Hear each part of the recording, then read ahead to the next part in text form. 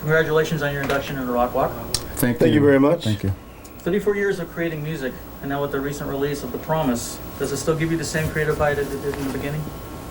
I think so. I think each time we throw a new piece of product out there, there is a creative high. But actually, the creative high comes in the creative process when we're putting it together. Once it's packaged and it's out there in the street, it's a different thing. The high we get is in putting it all together and taking it to that final stage. I would agree with Ralph says. You know, it's for us making an Earth, Wind and Fire album. The goal is to make it sound like Earth, Wind and Fire, and the goal when we perform is to make it look like Earth, Wind and Fire. And so when you put those two together, it really works. Now, currently with a lineup consisting of both veteran members and new players, what was it like putting the two generations of? Well, they're probably new to you, but they're not like new to us. So it's no big thing. It was no big thing. The other thing is they grew up listening to the music, so they were, by the time they got in the band, they were quite familiar with the music, so it wasn't a problem. Yeah, it's no big. A lot of the people we've played with for years, so it's no big thing. Who were your influences when you were growing up as far as that made you get into music? Oh, James Brown, Sly and the Family Stone. I mean, you know, all the Motown stuff. Grew up listening to that. For me, you know. We had the same. I'd have to add Miles, Coltrane, the Beatles, and speaking of Motown, Ralph shared a beautiful experience.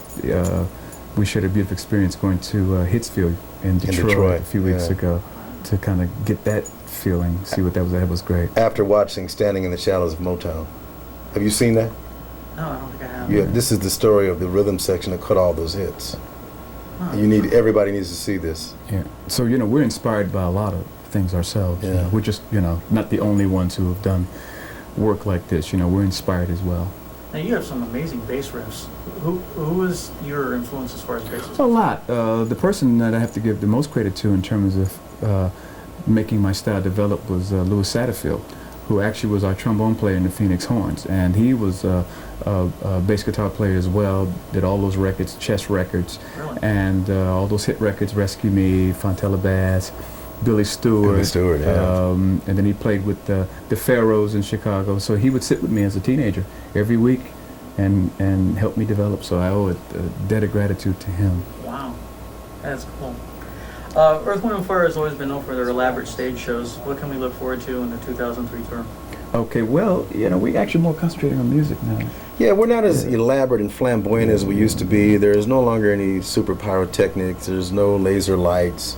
You know, what we give you is more of the personalities in the band. It's more of a musical show. It's not so much about special effects. Yeah, but that doesn't mean it's less, because, you know, in the questioning you're asking, those kind of like stock questions you're sort of asking, but it doesn't mean that the power of the music is less. You know, we were at the Greek here a few nights ago, and it's just as powerful as the laser lights and everything, because you probably haven't seen us, probably. I have not. Yeah, right, so. But I've seen a lot of film footage. Yeah, but that doesn't really. But you have to be there. You have to be there. You have to experience. So that's why your questions are sort of a little generic. That's why we're kind of helping you a little. Do any of you have your first instruments? No, I don't. I certainly do not have my first drum set. I have an upright. Do you have your first bass? I have the K, the OK, because I have two uprights. The K. Right. But it's, you know, it's old. I wouldn't play it anymore. It doesn't have any sound. It's all, the wood's all dead and everything. But I kept it as a memento.